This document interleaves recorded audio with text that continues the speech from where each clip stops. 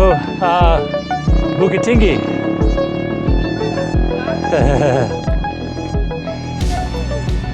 Yeah, it's far.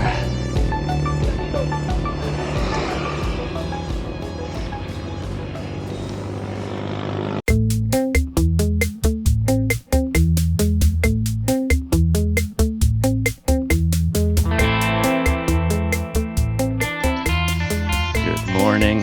It's just about 6 o'clock in the morning, so the sun isn't up just yet. So I don't know how the 360 camera is handling these low light conditions, but I think I'm all ready to go. It's pretty complicated putting the bike together this morning, getting all the gear together, and yeah, a lot of complications on all sides, but I am ready to hit the road. Got flashing lights on the back, and hopefully if there's any of that heavy truck traffic out there, it's going to see me from far away. Oh.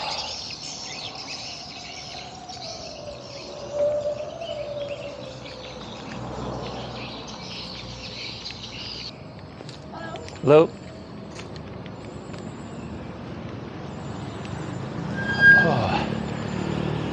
Here's the main road going through Duri,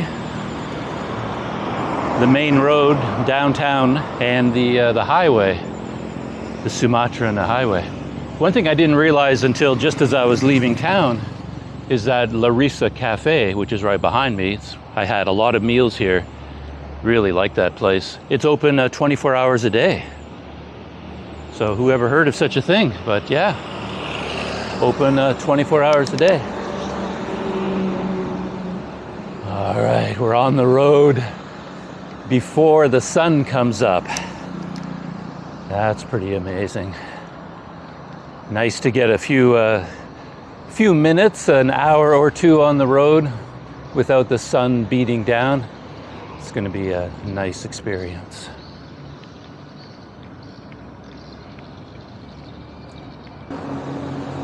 I had an amazing experience staying at that guest house. Wonderful place. Wonderful people running it. A little bit on the disorganized side, perhaps, when it comes to booking rooms. But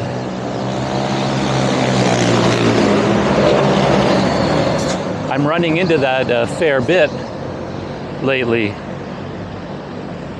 Whereas somewhat modern, I'm becoming a more and more modern person. Oh wow, check out all these buses. 1, 2, 3, 4, 5 of them. Wonder why.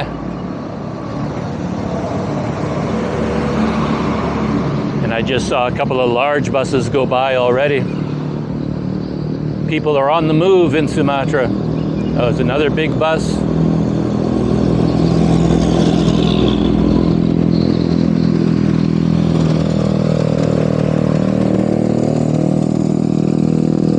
I was just saying that I'm quite happy to be a member of the digital age, doing things like booking rooms through Agoda. But then the hotel that I'm staying at is often not on top of that system themselves. So there can be confusion. Somehow, I would assume they'd be checking all their bookings all the time, seeing what's coming in. But maybe it's not that common here in Indonesia, because I was trying to get on the road as early as possible this morning. And I wanted to just, leave even before the people at the hotel were awake. But you got to get up pretty early in the morning to do that. People here get up early, especially if they're running a hotel. So people were moving around when I was packing up the bike and getting ready to go. And then I'd booked everything through Agoda. Everything was paid for. Everything was done. I was just going to drop off the key and go. I was ready to hit the road. But then they indicated, oh, you have to drop the key off at the front desk. So I go there, and they present me with a bill for the nights that I've been staying at the hotel. And I'm thinking, oh no, here we go again, not this again. And I get out my phone and I show them all the bookings, that, even my first night there when I checked in, they knew I was booking, through Agoda. But now that I was checking out, they seemed to have no record of it. And I got out my phone and showed them all the confirmed and, already paid for bookings all through Agoda. And there seemed to be a lot of confusion around that. They had to go back into the building, into the house, wake people up, bring them out, a lot of discussions, a lot of paperwork, a lot of looking at things. And I'm standing there thinking, oh, this is not how I wanted to start my day. It was supposed to be a smooth, easy, fun departure. But eventually it all worked out fine.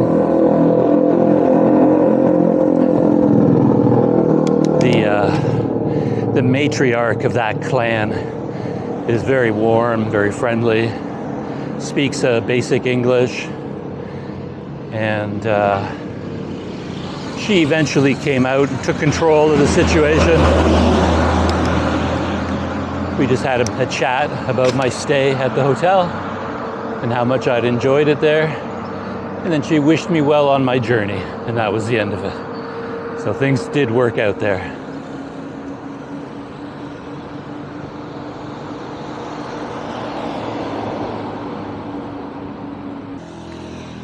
My plan for today is a relatively simple one. I'm on my way to the capital city of this province, Pekanbaru.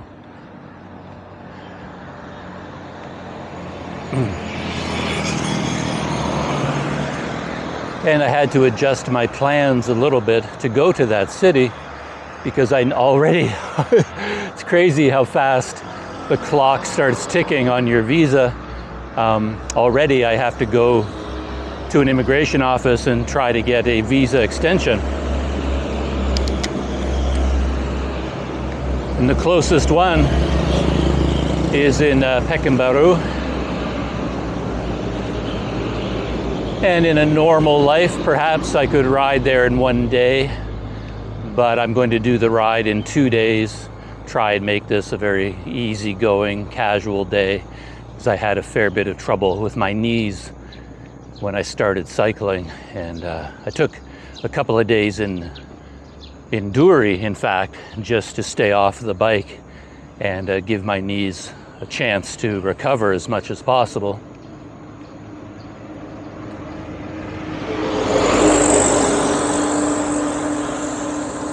And today I'm going to do the same thing, take my time. So far my knees feel okay. My left knee is a bit twingy.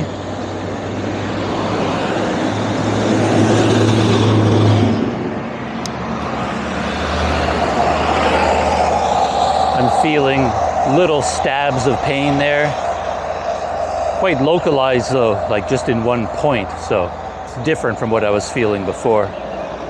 But hopefully that will just go away as I get into a groove here. But the plan is to ride halfway to Pekanbaru, find a place to stay for the night. Should be like 60 kilometers, I think. And then ride the second half of the distance on Monday. And then go to the immigration office on Tuesday. And then after that, who knows? We'll see what happens. In the past, there was a complicated procedure for getting a tourist visa extension in Indonesia.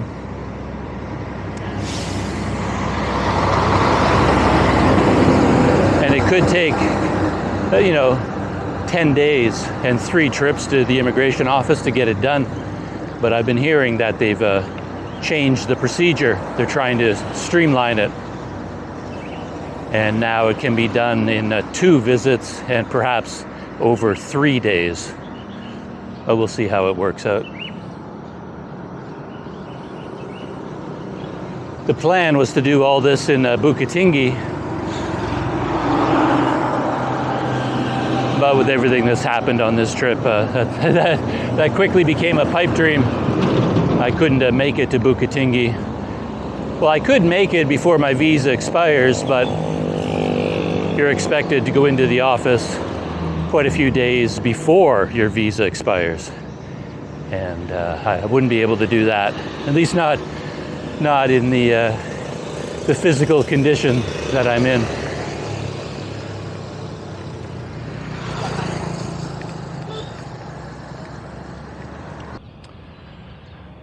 I stopped here at the side of the road just to capture this moment because I'm standing in front of, according to the sign there, this is gate 117, which I believe is one of the gates into the Duri oil field. And this oil field dominates this entire region. That's what it's known for. And I think if you wanted to explain what's going on around here, what the economy is based on, where all the money is coming from, you kind of have to talk about the oil field. That's the main thing here. Yeah. I'm not exactly sure. I mean, I think in terms of its lifetime, people call it the largest oil producer in all of Indonesia. So it's a massive, I don't know whether it keeps that record right now, like whether it's producing more oil per day than other areas of Indonesia, I'm not sure. But it's a significant source of oil in the country. So it's quite interesting. And you keep seeing the oil pipelines everywhere. And you end up thinking about oil all the time, of course, just because of the vast number of trucks on this highway. It's crazy.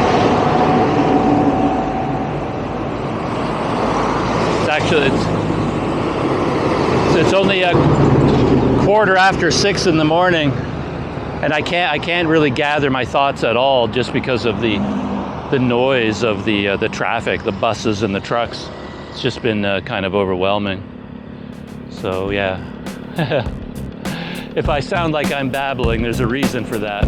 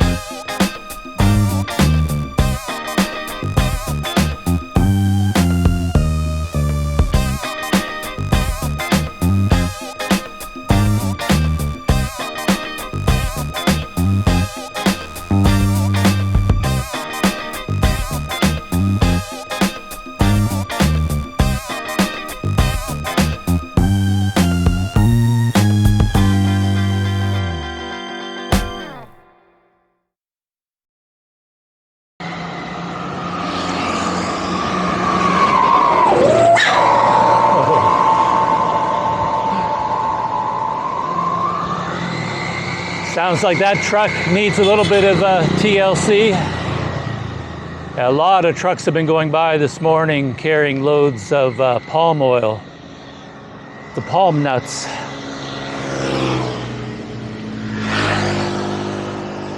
Whew. Just like the other day and this morning, intense amount of traffic. It's yeah, kind of overwhelming, really dangerous, to be honest. At this point, you know, if a big pickup truck pulled over and a guy said, "Hey, do you want to lift a Pekanbaru?" I would take it. I'd throw my bike in the back, because riding any kind of a slow-moving anything like a bicycle on this highway is really, it's next door to a death wish. It's way too dangerous.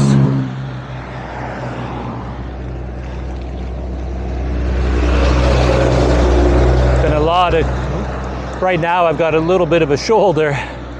Normally there's no shoulder. And if there's a series of big trucks coming towards me, taking up, you know, most of the road, and then big trucks coming up behind me, and I can't get out of the way, they have no choice but to cut within inches. And I mean inches. It's been really close a couple of times.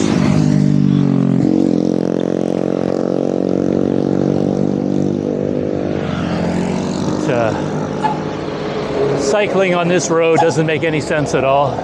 It really doesn't. And I'm afraid to say, well, it's 50% weird in terms of my knees. My right knee is fine.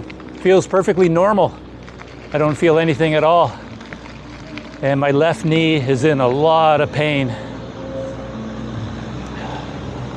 I don't know where it's coming from. I felt a little bit of a twinge this morning when I set off, but I thought it would disappear, but it's just been getting worse and worse. It's getting really hard to pedal at all.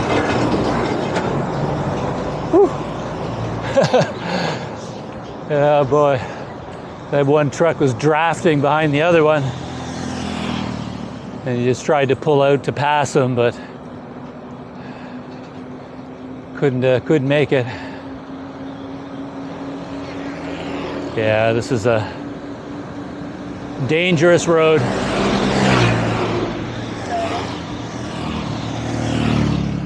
The last time I was cycling on Sumatra, I knew there was a lot of traffic. I mean, on the busier roads, there was a lot.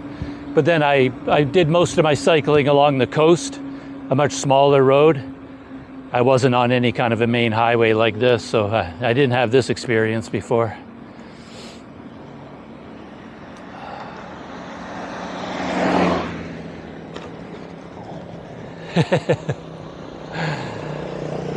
That's the very first dog that chased me. Took me by surprise.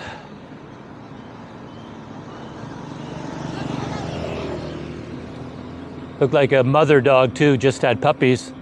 Maybe that triggered her protective instincts. Been going uphill for quite a while, so that's why I'm not pedaling now all of a sudden. I've got a very gradual downhill.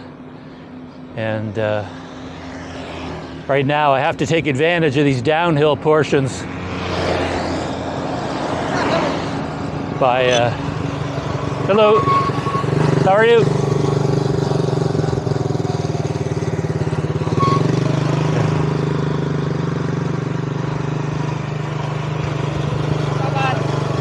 Yeah, thank you. I'm doing fine. Have a good night.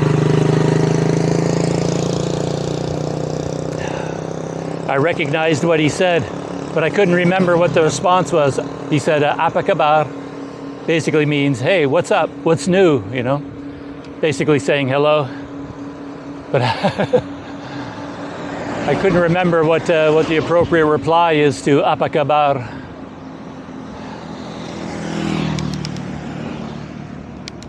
Oh yeah, that left knee, man. It does not want to go around in a circle. I can walk on it, it just can't go around in a circle. And unfortunately, when you're cycling, that's what it wants to do. Okay, is this guy gonna make it back in? Yep.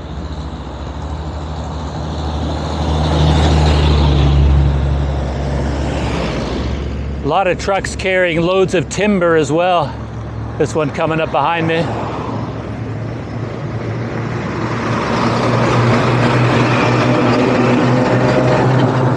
At least he had no oncoming trucks, so he had lots of room to get around me. But right here, for example, yeah, there's no shoulder at all. Uh-oh. Another big truck coming behind me, or a couple of them.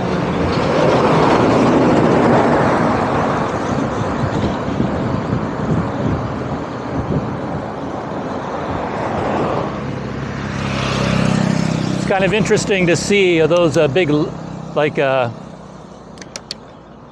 those trucks carrying all that lumber. Ooh. I wasn't paying attention there. Forgot, didn't notice that I was about to be going uphill. So I didn't gear down in time. Okay, like right now,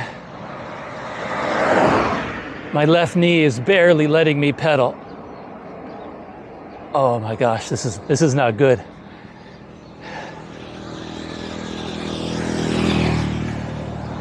If this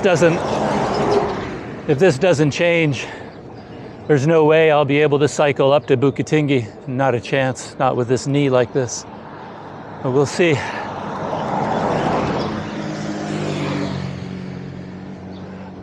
Oh man, okay, that hurts.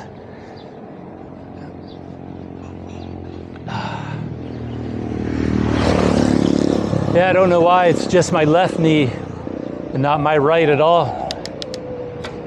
Uh-oh.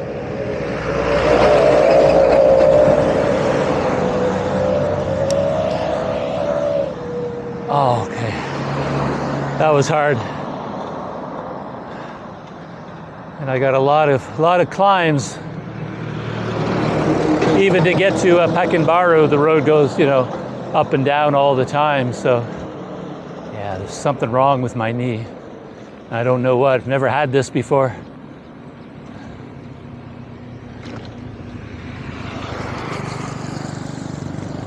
Funny, it's not sore to the touch. Can't feel anything at all. It's not tender at all. It's only when I'm pedaling that it hurts. Okay. How are you now? I'm fine, thank you. Another man there said, "Apa kabar?"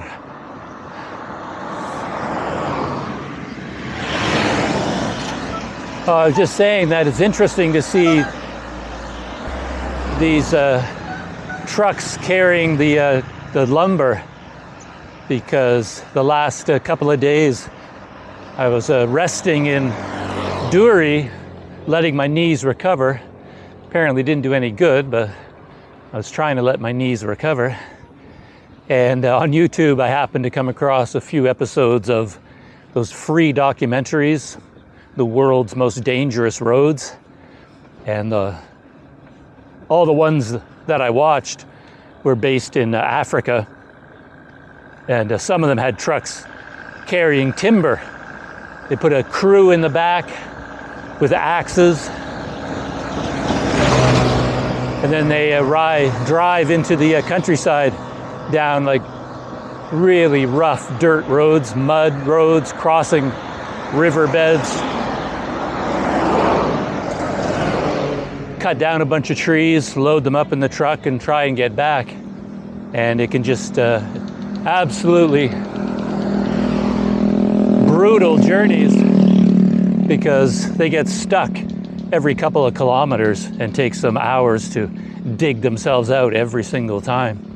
I mean, it's just absolutely insane journeys. I mean, this road that I'm on is paradise compared to those roads in Africa that they were on, those back country roads. But somehow being on this road reminds me of those documentaries, because this is definitely, as I said, it's not muddy or sandy, but it's definitely a dangerous road.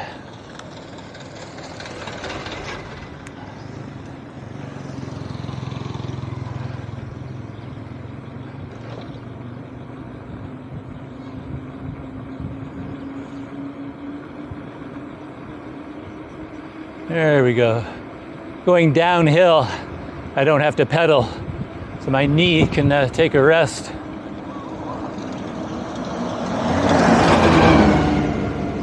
But it was nice to leave earlier, though.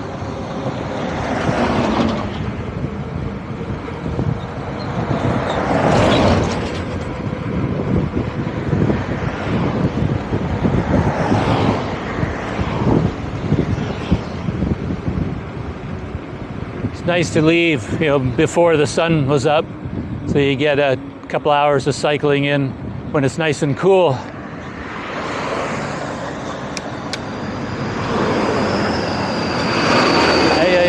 right.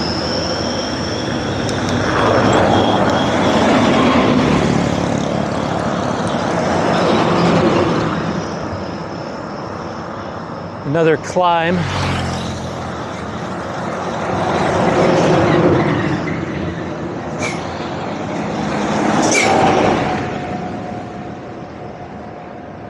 All right, that is very painful. I wouldn't be able to make it up even these hills at all if I didn't have my right leg. I'm using my right leg to get all the power for climbing. I'm just sort of letting my left leg go around in circles. I can't put any pressure on it.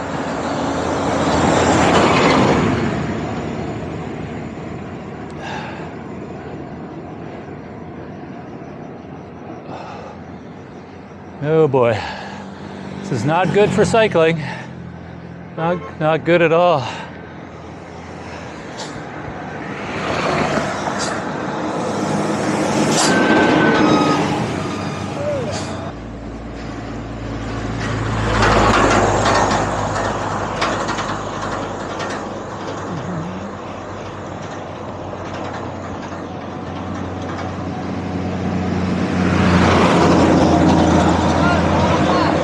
Hello.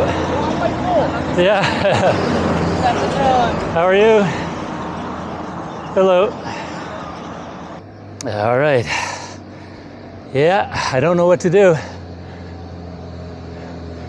Can't really cycle, I'm afraid. I really can't.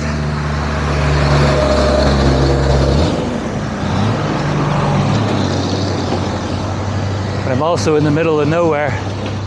So I don't have much choice at the moment but to keep going. I've got to make it at least to Pekanbaru.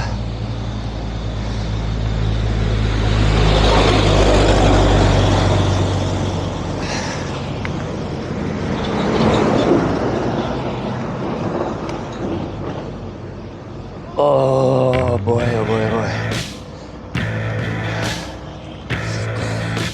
It's not good. Not good at all.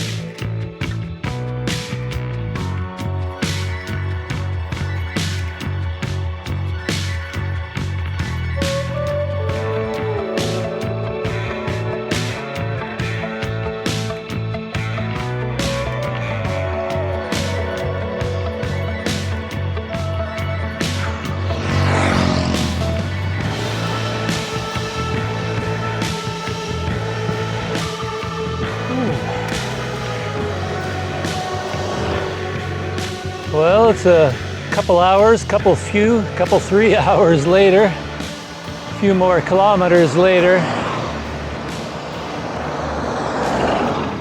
And I'm afraid to say that my right knee has caught up with my left in terms of pain.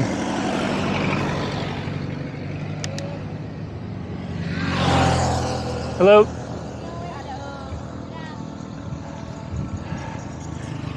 Yeah, when I started the day, my right knee was like ordinary, like there was nothing, I couldn't feel anything at all. No pain, no soreness, nothing. But now that I'm 45 kilometers into the day, it's exactly the same as my left knee. So that's kind of good news and bad news. It's good news long term because I got like 30 kilometers out of that knee before it started to hurt. And I got maybe 15 kilometers out of my left knee before it started to hurt. So that's sort of a sign that I'm just sort of breaking my knees into cycling again after a day off the bike, resting. The next morning I can ride for a few kilometers pain-free. And then maybe every morning, if I continued cycling long distances every day, my knees would just get a little bit better every day. I mean, if there was pain from the very beginning, it would mean that I did damage, permanent damage to my knees. But it's, like I said, if I got to 30 kilometers out of that knee before the pain started, well, maybe tomorrow I can get 35 kilometers out of it before the pain starts. Who knows? Anyway, I'm in an area called Kandis, and this was where I planned to stop for the night.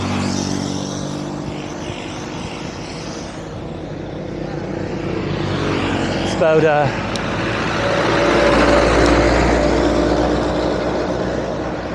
it was about halfway to Pekanbaru, the furthest hotels, but yeah, I'm having trouble speaking and thinking. My knees are taking too much of my attention, and the roar of the traffic has kind of worn me out. Anyway, I had certain ideas, hotels I was going to stay at, but I just realized there's a different one that's closer, maybe 3 or 4 kilometers ahead. I'm going to check it out. Maybe that's where I'll end up spending the night.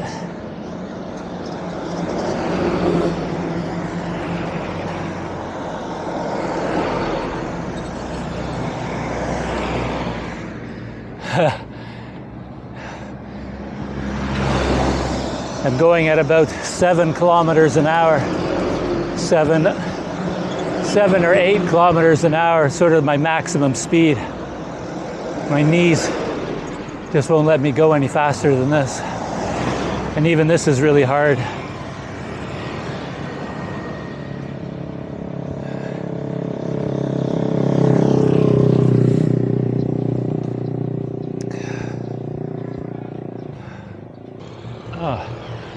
I just pulled over to the side of the road because there was a bit of shade here, and this is a turnoff.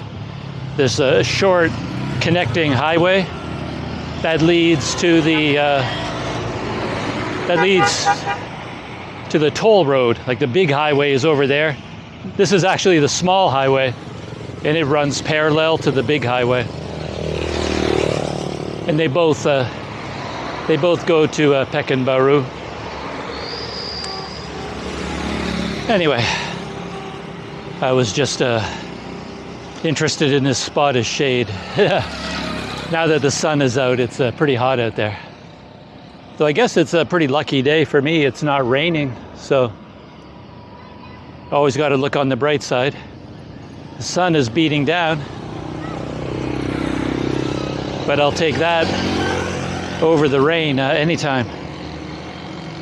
Anyway, like I said, I've got about 3 kilometers to go to get to this first guest house, but a much nicer place is about 10 kilometers away. But I think it's much more expensive. None of these places are, they're not listed on the online booking, so I can't tell what their prices are.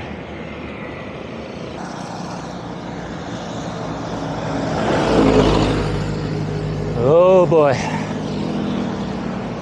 Every kilometer is going to be a struggle. That's why I'm thinking the very first guest house that I get to, that might be the keeper.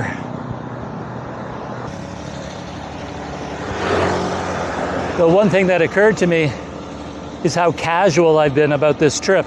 Way too casual. And I think it's because when I was in Thailand getting the COVID-19 visa extension, just went like clockwork. And I just got accustomed to it. So I wasn't really worried about visas. And then when I went to Malaysia from Thailand, at the border, I was given a 90-day social visit pass. And that felt very luxurious, like you have lots of time. Jesus. Okay. That scared me. I don't know how close that truck came, but the air blast really hit. I don't know, I'll have to look at the video for that one, see how close that truck came. Feels like that could have been not only the end of this trip in Sumatra, that could have been the end of my trip on this planet, on the Earth. That was a close one. Or who knows, maybe he was far away from me, it just felt close. But man, it sure felt close. Gave me a close shave. Anyway, I think I got so used to not worrying about visas expiring that when I landed in Dumai here, and then I got sick, I just sort of relaxed and just hung out for a while. And hello. I didn't really keep track of the days clicking past. And I probably should have just hit the ground running, you know, just arrived in Dumai and just started cycling right away. Because, yeah, I have to go get a visa extension like within 3 weeks of landing. And I kind of forgot about that. So time kind of got away from me. I was being way too casual.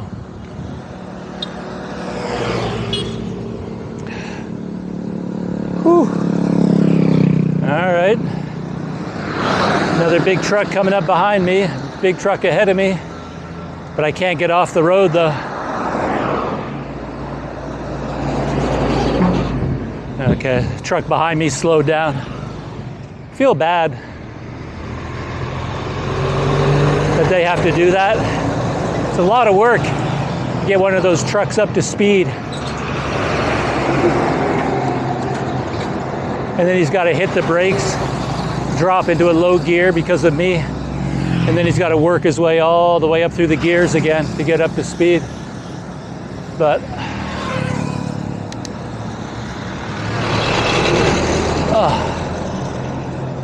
but then again, there's a great big beautiful highway over there. These trucks don't have to be here. They could be over there on that highway, but then I guess they don't want to pay the toll.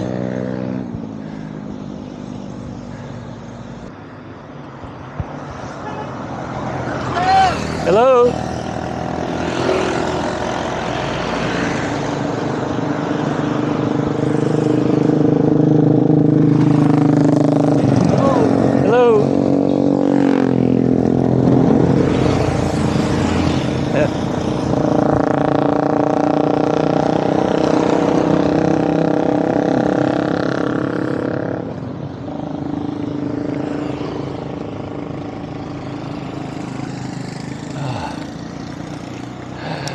And I feel kind of bad too when these people give me a thumbs up.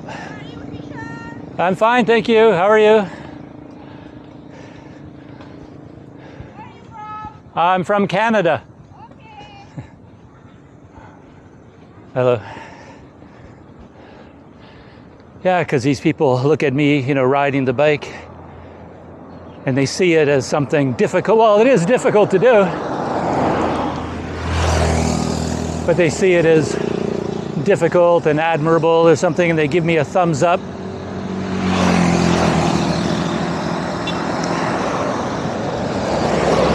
But they have no idea what kind of an amateurish bike tour this is right now, and I'm barely able to move. What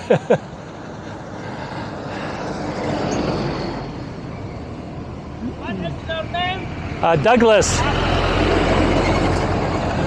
Got to stop here, check to see where this homestay might be. I don't want to overshoot it.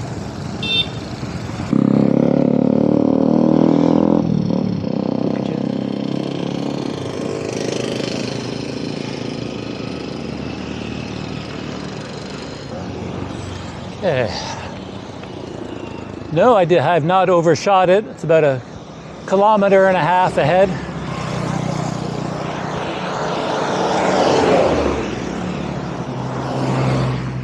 The area is looking promising. I was worried that this guest house would be like way out in the middle of nowhere, but there seems to be a cluster of businesses here. I see a Indo-Maret convenience store up there, some restaurants. Hello, how are you? Apa kabar?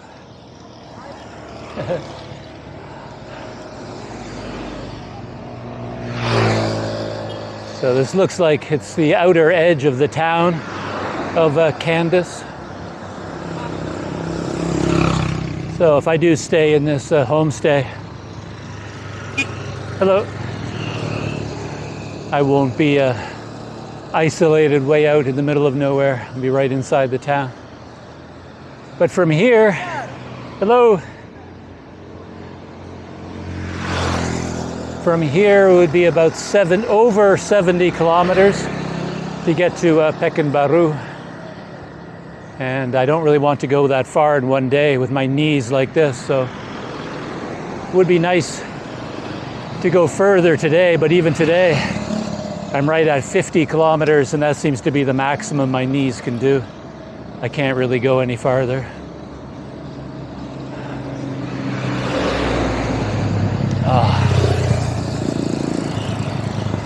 Suppose I could push myself another 7 or 10 kilometers at the most. That's about it.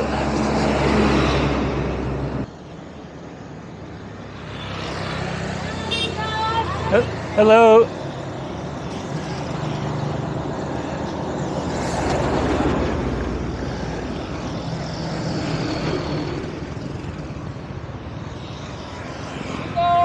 Hello.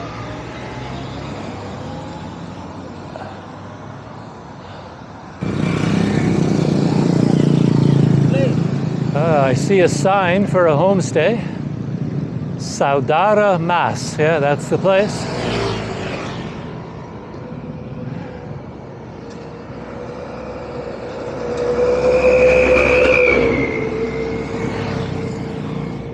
Whew. And let's see what they have to say.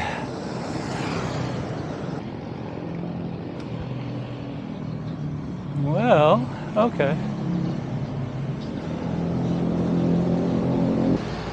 I was going to say that the whole place looked closed. But one piece of a door is open. Maybe I can find somebody. Well, I couldn't find anybody in there. The whole place seemed deserted. The door was open, so I could get down to the main floor, but couldn't find any people. And I just didn't have a good feeling about the way the place looked. And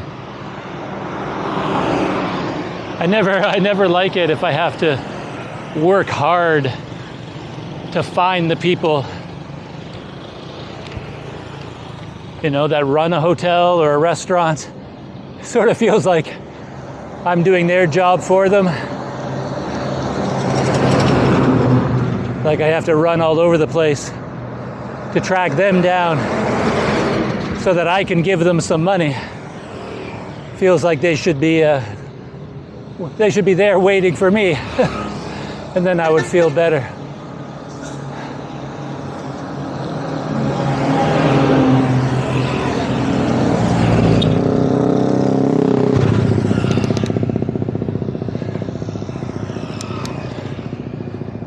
And the next cluster of hotels is about 7 kilometers up the road. So figure I might as well bite the bullet and do those 7 kilometers today instead of tomorrow. I'll just go really slow, take it easy.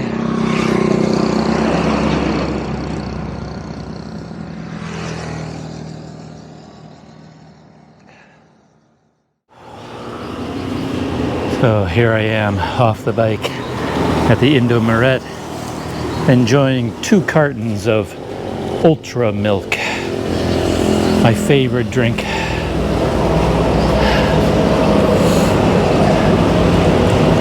Ooh.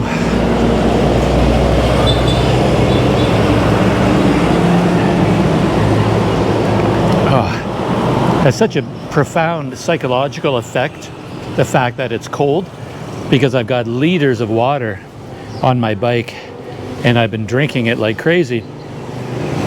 But it doesn't feel refreshing. Just it's like it's hot. You know, the clear plastic bottles have been sitting out in the sun all morning, all day. And yeah, it heats up in the sun. So I'm drinking hot water. And I guess it's good because I'm getting liquid in my body. Otherwise I'd I'd be down for the count with a heat stroke. It's that hot. But yeah, you just don't feel refreshed though because it's hot water. And this little bit of milk that I drink, in terms of volume, it's a very small amount compared to how much water I've been drinking. But yeah, I feel refreshed because the water, I mean the milk is nice and cold. Anyway, I was just telling that story that I was at the side of the road trying to mount a GoPro, and a local man came up to talk to me, shook my hand. The guy had a grip like Superman. He was so strong. Yeah, crushed my hand.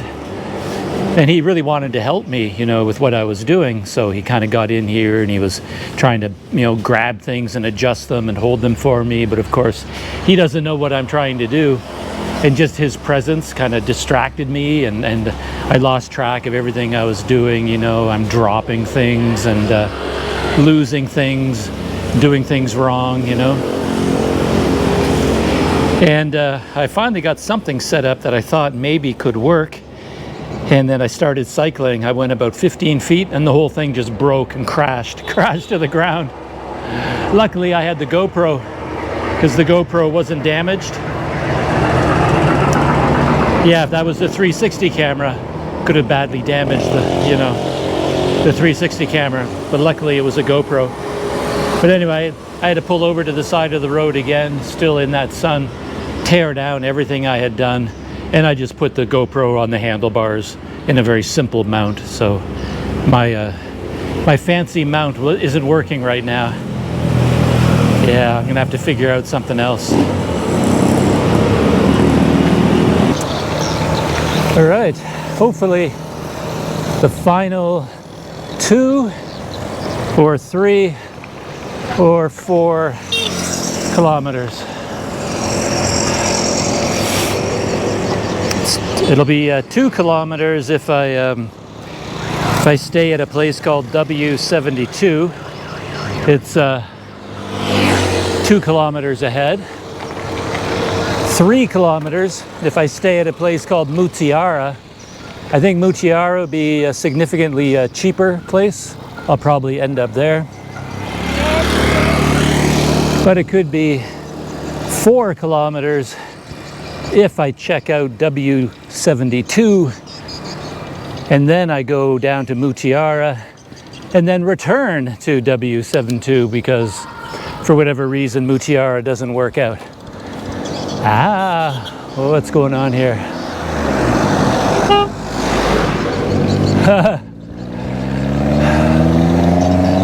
Car pulled out onto the road without looking. Fast moving van or truck tried to go around it. Hello. Can't tell if those boys were saying nice things or bad things. I assume they're good things. People here tend to be quite gentle, quite friendly.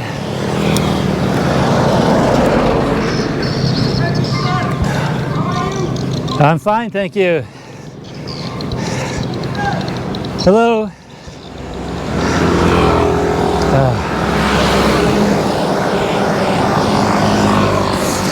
Sometimes I feel bad because later in the day when I'm tired and people, shout hello, I can't really turn my head. Like I can't turn my head to the right to look at them, because if I do, I instinctively turn my handlebars as well, and I wobble all over the road, which is dangerous. So they shout hello. I sometimes wave, shout hello back, but I can't really look in their direction, which always feels rude to me. But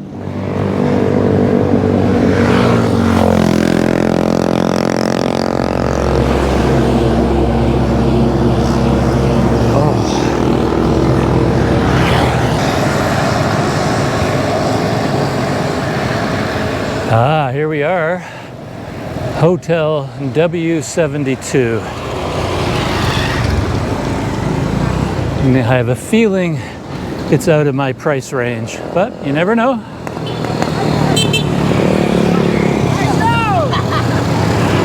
Let's check it out. It's colorful, look at that.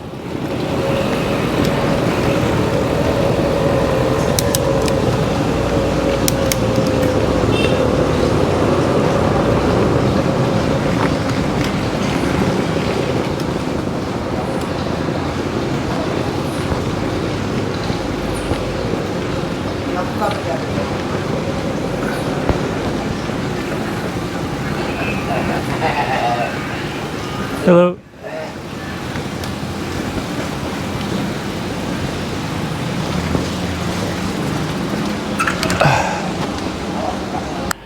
All right, I found myself a home in Kandis, and not a moment too soon as far as the heat and the traffic noise and my knees are all concerned. It was very nice to arrive here.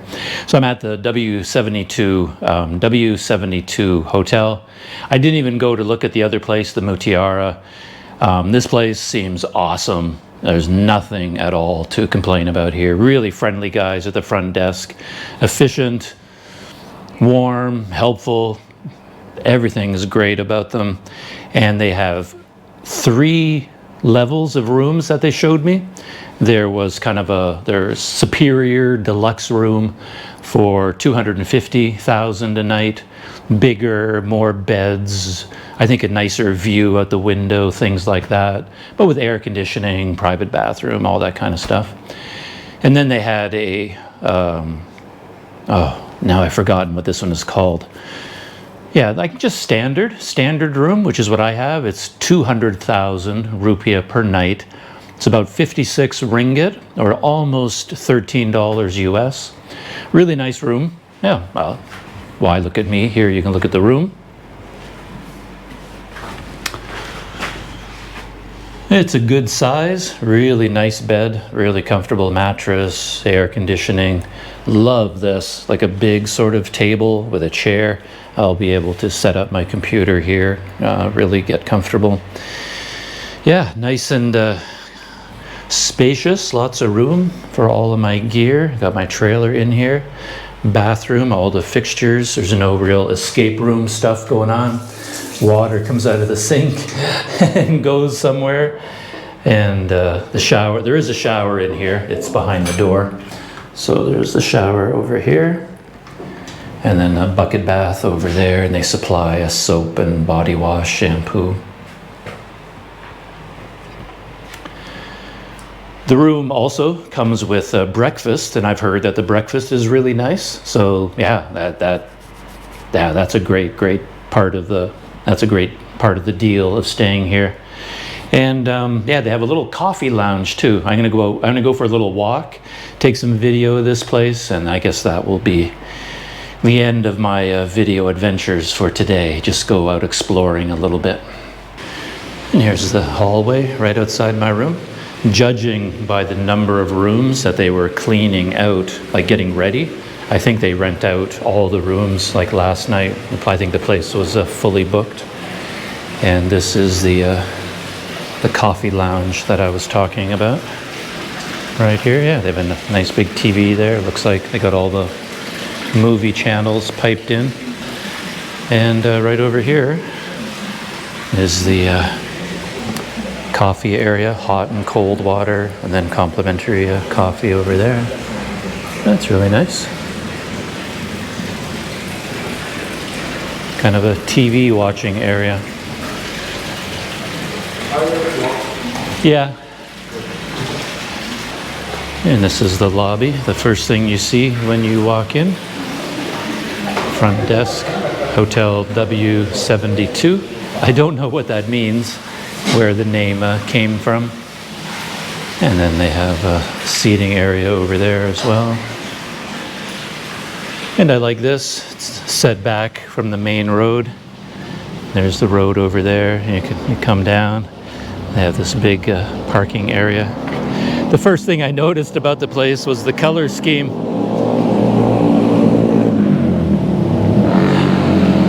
I think it is an older hotel.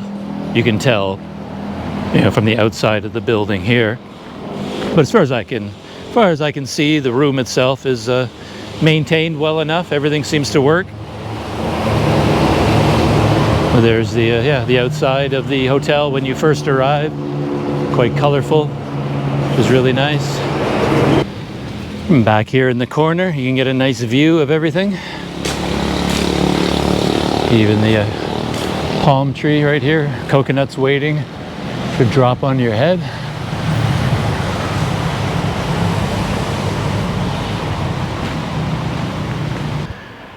Well, here I am, relaxing on my very nice bed in my very nice room.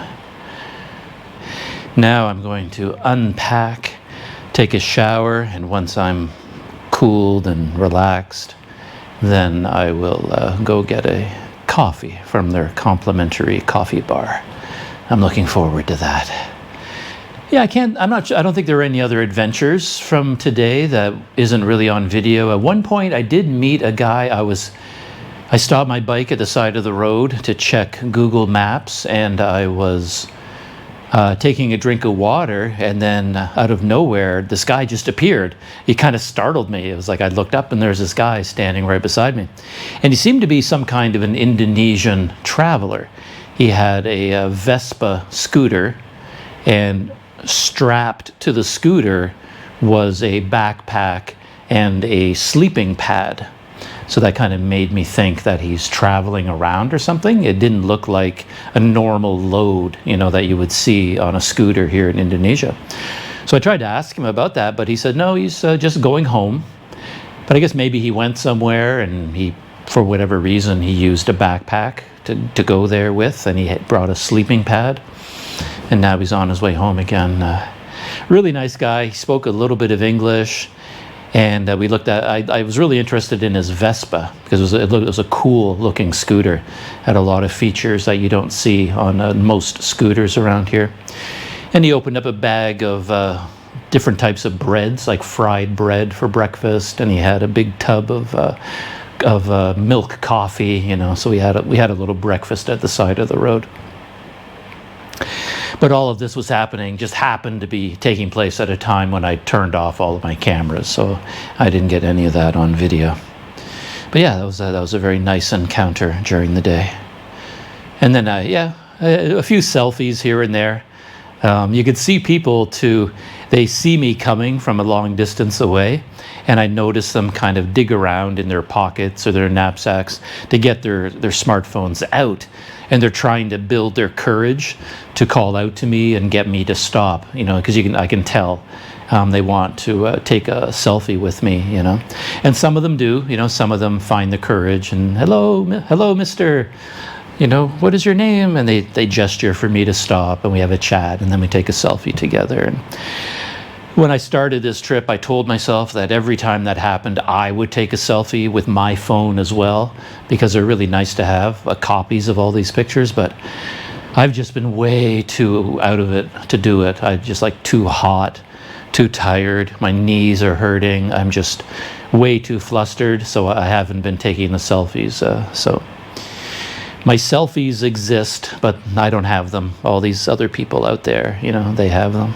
And I'm going to stay here for 2 days, 2 nights, a day and a half, and 2 nights. I think I need to do that because of my knees.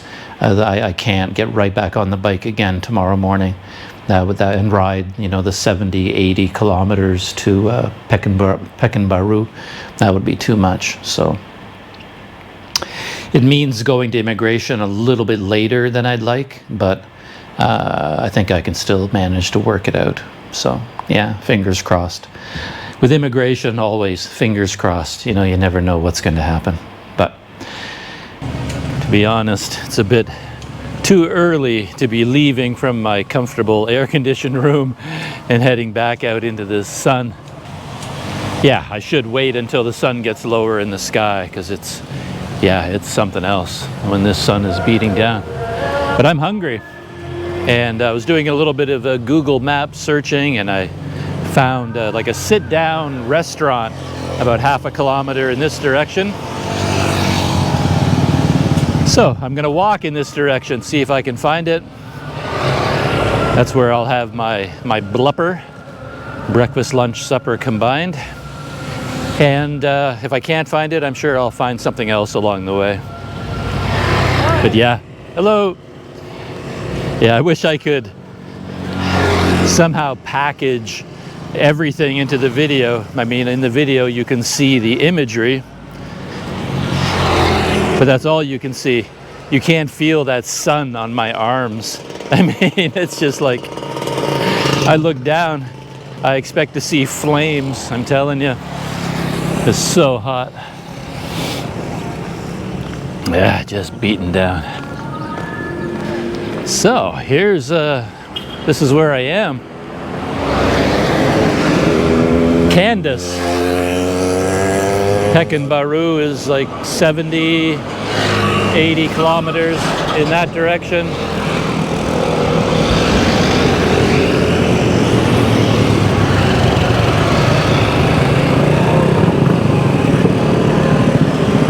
Yeah.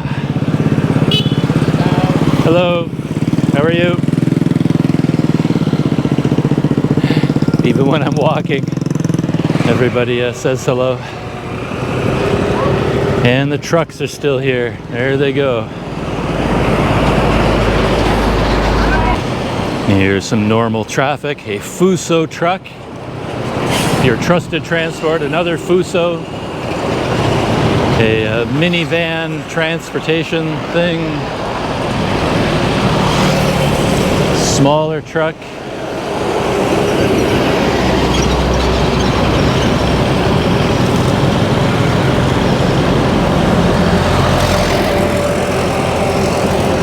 Well, I just passed a Mi Ayam Bakso place that looked like it was open.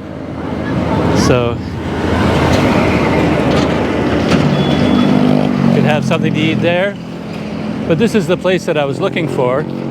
It's a bit more upscale, like a real restaurant. The Kaisar Taste Cafe and Resto. And it's also a kind of a cat hotel. I didn't realize that at first, but then I was reading some reviews and somebody was complaining about something to do with cats or cat food being available. And then the owner wrote back, says, well, it's a restaurant and cat cafe. That's what it is. So deal with it. You know, you can come have a meal, and you can hang out with our purebred cats. Okay, I saw the sign. There it is there. But where is the restaurant? Is over here?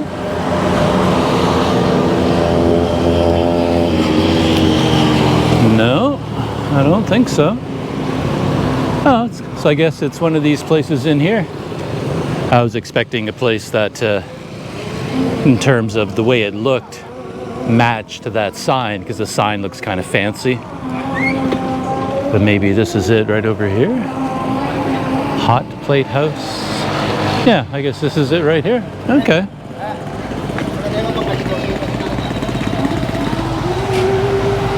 Oh yeah. And then they're right beside a pet store, or pet food store, pet store over there. So, here we are. Well, I'm here. I'm giving the place a chance. So far, it's not winning me over. I can't find anyone. That always happens to me. There don't seem to be any staff. I went to the back. I looked around. I've been sitting here for a while waiting. Nobody's showing up. So I just sort of feel like I could sit here and just be ignored the whole time. And that happens a lot to me. And it really smells like cat urine. It's got a very strong smell of cat urine, which is not the most pleasant smell to be dining with. I'm not very fussy about these things, but if no staff shows up and I don't see any kind of a menu anywhere, there's no listing of any sort of the sort of food that they make here, and it's really hot in here. There's no fans, nothing moving. So I'm counting down. I think I'll be heading for a mi ayam bakso shortly. Yeah, maybe it's just mid-afternoon is the wrong time to go anywhere. Probably in the evening, it's busier, more people.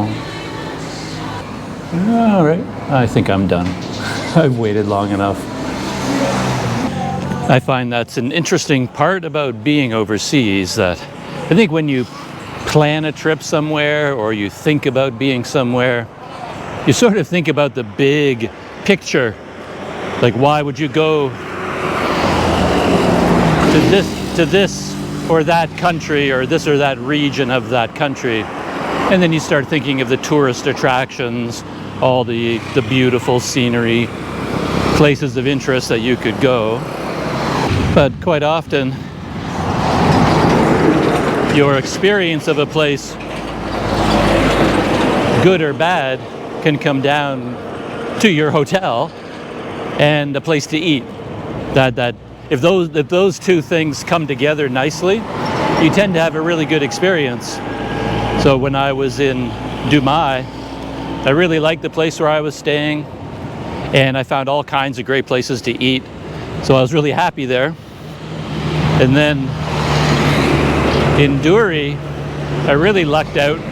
Had such a nice place to stay, great people there. Canada. And right up the road, like 100 meters away, was the Larissa Cafe. And just that nice combination of a place to stay and a great place to eat, happy.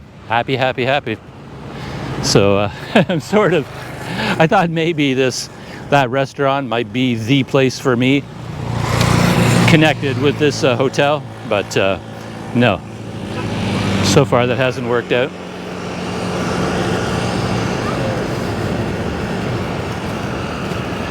Just been walking beside all these guys in these very small holes that they've dug. They seem to be stringing some kind of a pipe from hole to hole. Yeah, I should be for me, I should be walking on the other side of the road, facing traffic, having these trucks come up behind me without warning. That one startled me. It's like having a brontosaurus suddenly thundering past you, or a herd of elephants or something.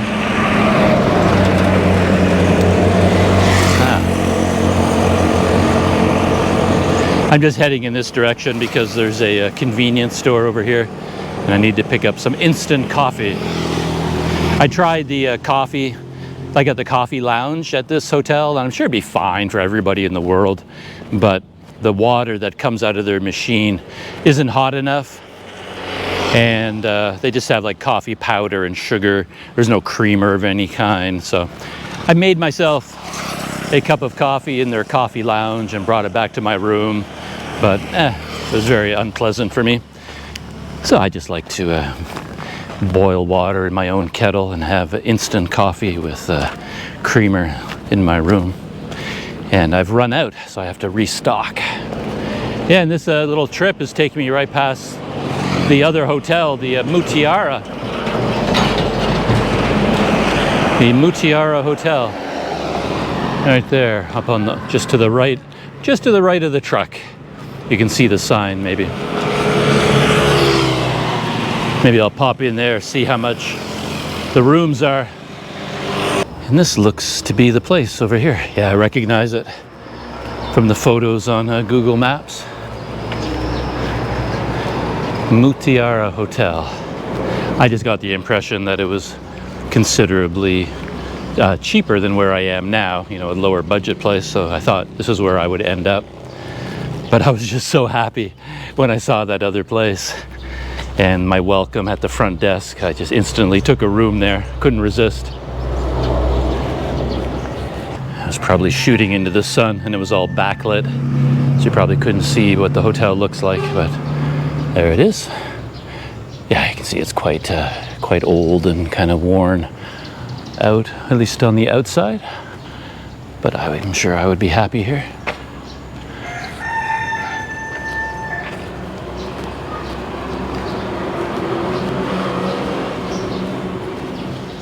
And the inside, the lobby.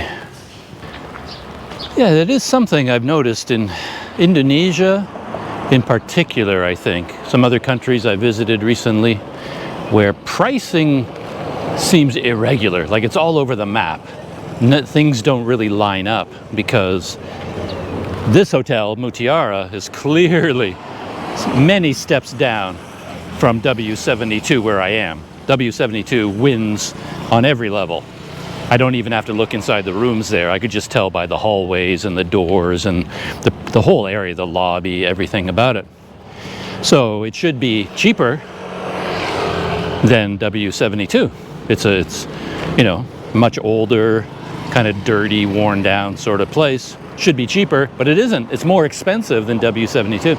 Their standard room was 250,000 as opposed to 200,000 at W72, and their deluxe room was, I think, 350,000. So it's quite for Indonesia, it's a pricey place. It's not even, I wouldn't say, it's not even half as good as where I am, and yet its prices are significantly higher. And that makes no sense at all. Yeah, so, weird. Oh, this isn't the original Mi Ayam Bakso place I saw. That was closer to my hotel. But right across the road from the Alphamart, I saw this Mi Ayam Bakso place. And there's a couple of people sitting at tables in here. Looked like the owner, you know, the cook. And he looked all the way across the road at me. He was watching me and just looked welcoming, you know. So I hopped across the road and here I am.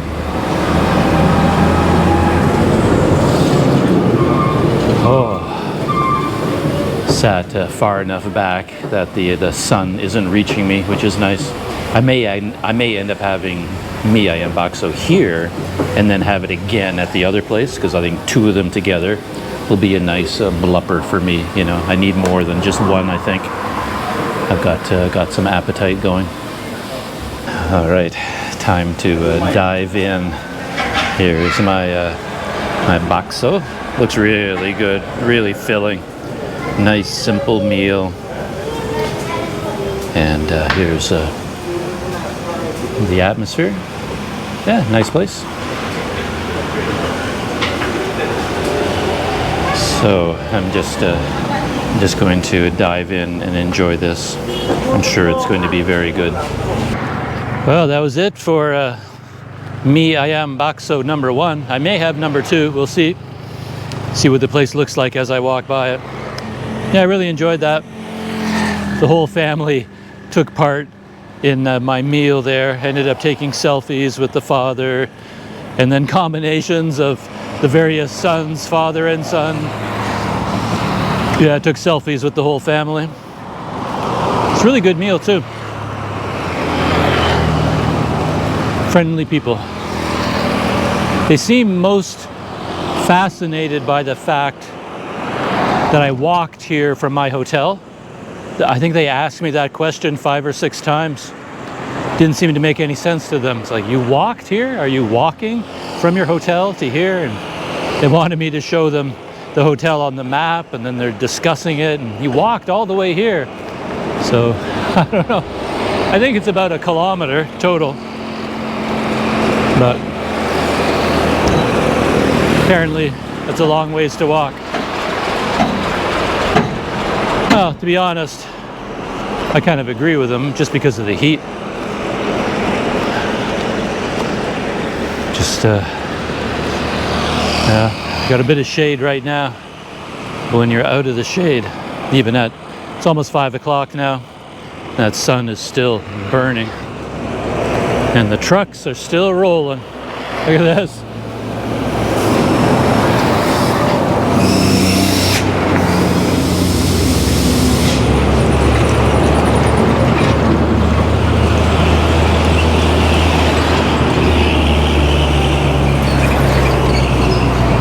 Crazy. And with that, last display of trucks and the sun over there cutting through me like a knife, I think that's the end of today's small adventures on video. As I said, I might have another meal right now, but it could be very similar to the meal I just had. The one mi ayam bakso is much like the others, so don't need to capture it on video. So with that, shutting down. Gonna spend the day tomorrow, most of the day probably just relaxing in my hotel. And then after that, heading to Pekanbaru. So I will see you in the next video.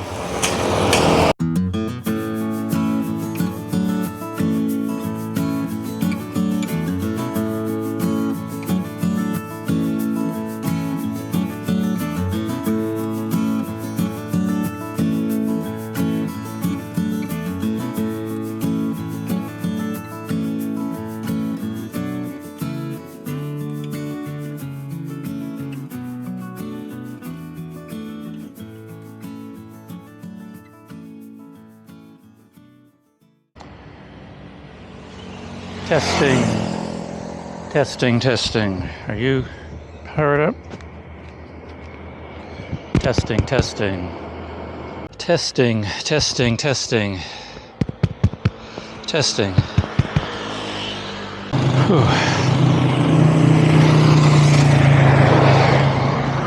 Testing, testing, testing. Testing, testing. Testing, testing. Have a microphone. Testing, testing.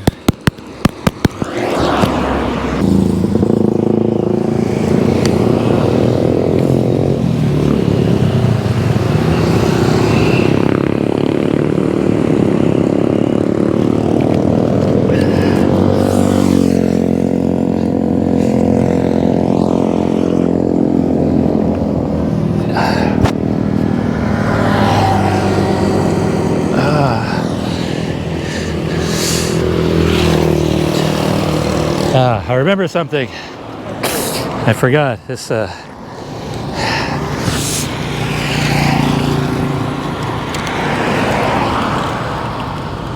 that come? Yeah.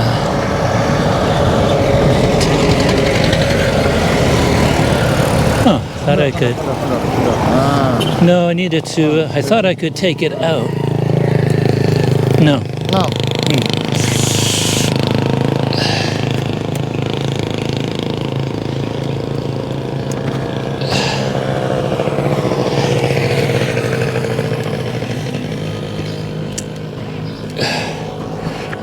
We'll try it. Okay, sit. See it. Ooh.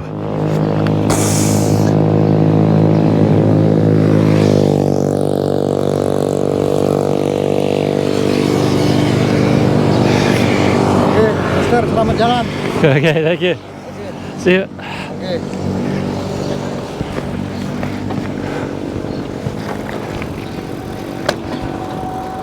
Nope.